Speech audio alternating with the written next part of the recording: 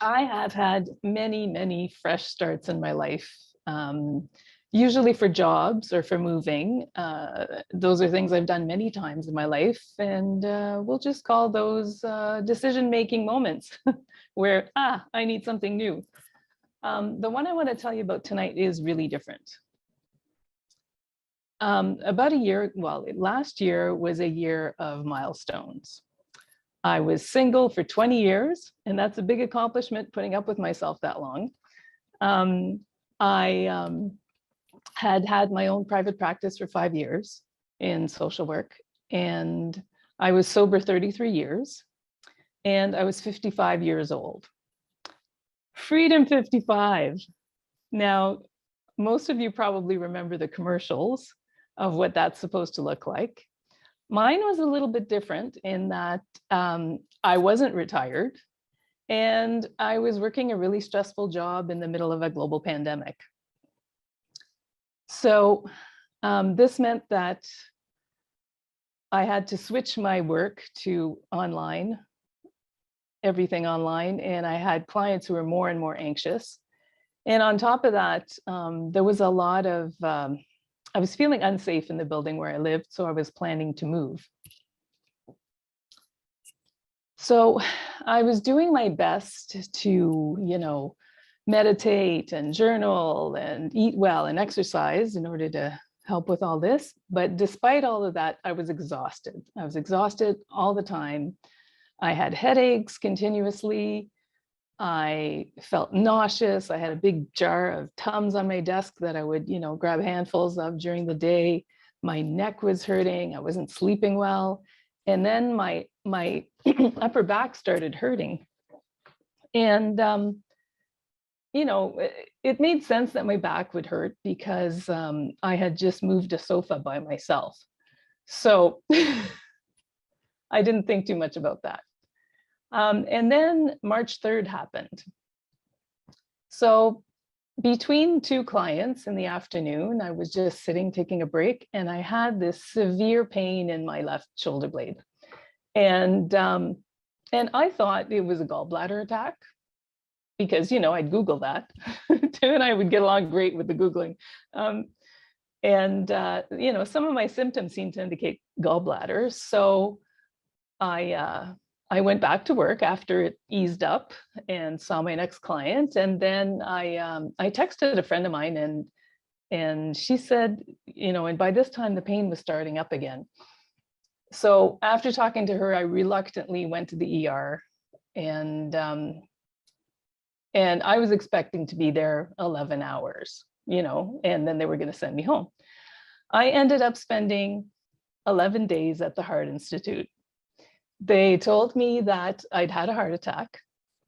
And then for the next few days, the different cardiologists I saw, because I saw about 6 or 7 while I was there, they were all disagreeing on what exactly was happening.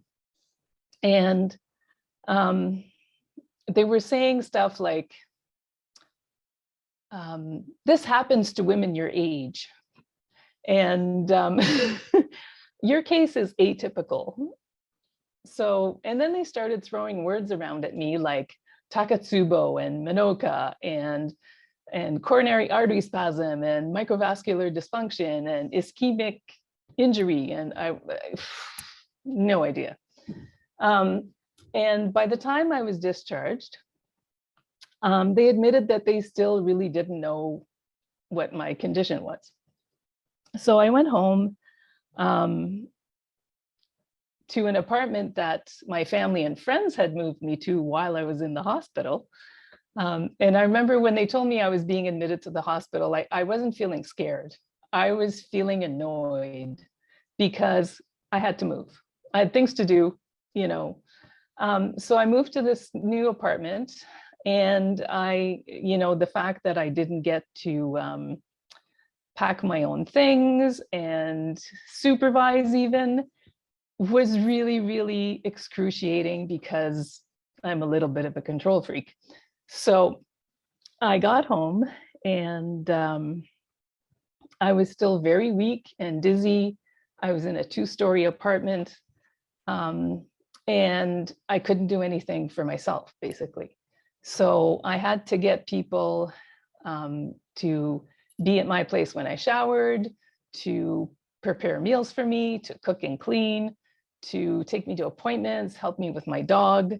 And, asking for help had always been really hard. I've been looking after myself since I'm 8. So what happened then is that I was still having a really hard time. My condition wasn't well managed. I still had chest pain about 5 times a day, and went back to the hospital by ambulance 3 or 4 times. So what they still were doing more tests and changing my diagnosis and changing my medication.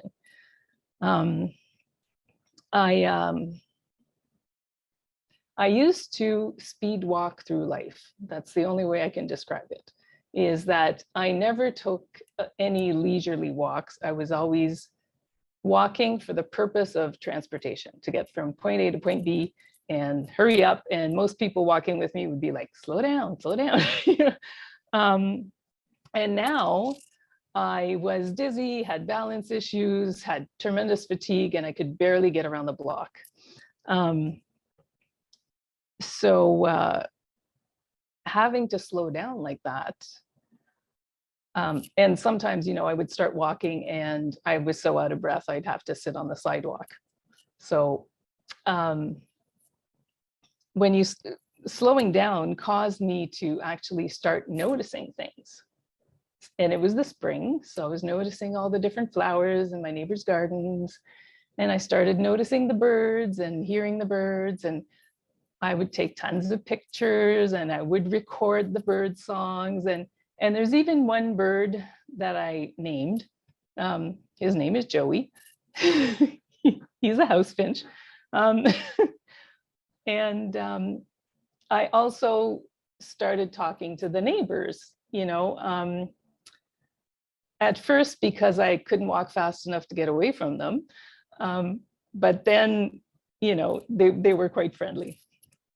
I started back at work in May, and I soon realized, even though my schedule was much reduced than what it was, I realized that it still was a lot, and I needed to completely change the way I was doing things. For the first few months, for the first 6 months or so, I would say that I was quite cheery and accepting, and everything's okay. But then come September, I went through a severe depression because I still didn't have a diagnosis, and my symptoms were coming back, and I was totally frustrated and discouraged and thought I was never going to be able to work again. But the doctors went through their list of everything they had eliminated. It's not this, it's not this, it's not this. And the current diagnosis is Kounis Syndrome, which is a cardiac condition, a chronic cardiac condition caused by allergies or hypersensitivities. And I have no idea what that means for my life.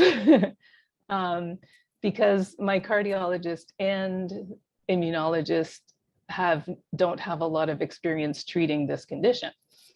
So, and I try not to look at academic journal articles because there are not a lot of them, and most of them refer to, angina, which is fine. I know that one well. I carry around my nitroglycerin. But also heart attacks, congestive heart failure, and sudden death. And I'm like, okay, let's not read that.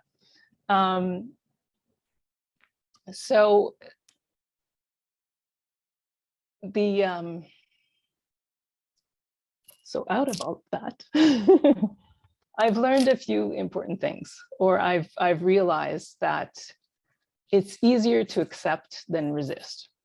that, you know, when things were happening to me and my sister said, well, you know, doesn't it bother you? And why aren't you mad? And I thought, I don't have the energy to be mad. I don't have the energy to fight something I can't control. And that was the biggest thing, is that I can't control this. You know, I learned a long time ago about living one day at a time. But this time I really have to, you know, it's, I don't have a choice. I have no idea what tomorrow looks like. My community is really important to me. I had the support of friends and family. I've become quite close with my sister, which I was completely unexpected.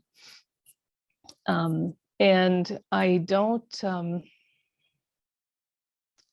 I've realized that even pleasant activities, if I do too much of them, can knock me down for like 3-4 days. So I choose what I do. I try to have as much beauty and music and laughter and comfort as I can in my life.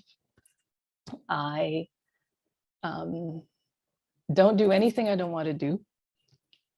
And it's you know, I shouldn't have waited for this to happen, but I'm kind of happy as an introvert, sorry, that I now have a good excuse. Because before I'd feel bad, oh no, I don't want to go. But now it's like, no, I can't. And I try to avoid, you know, people, and not in general, but people, places, and situations that cause me stress.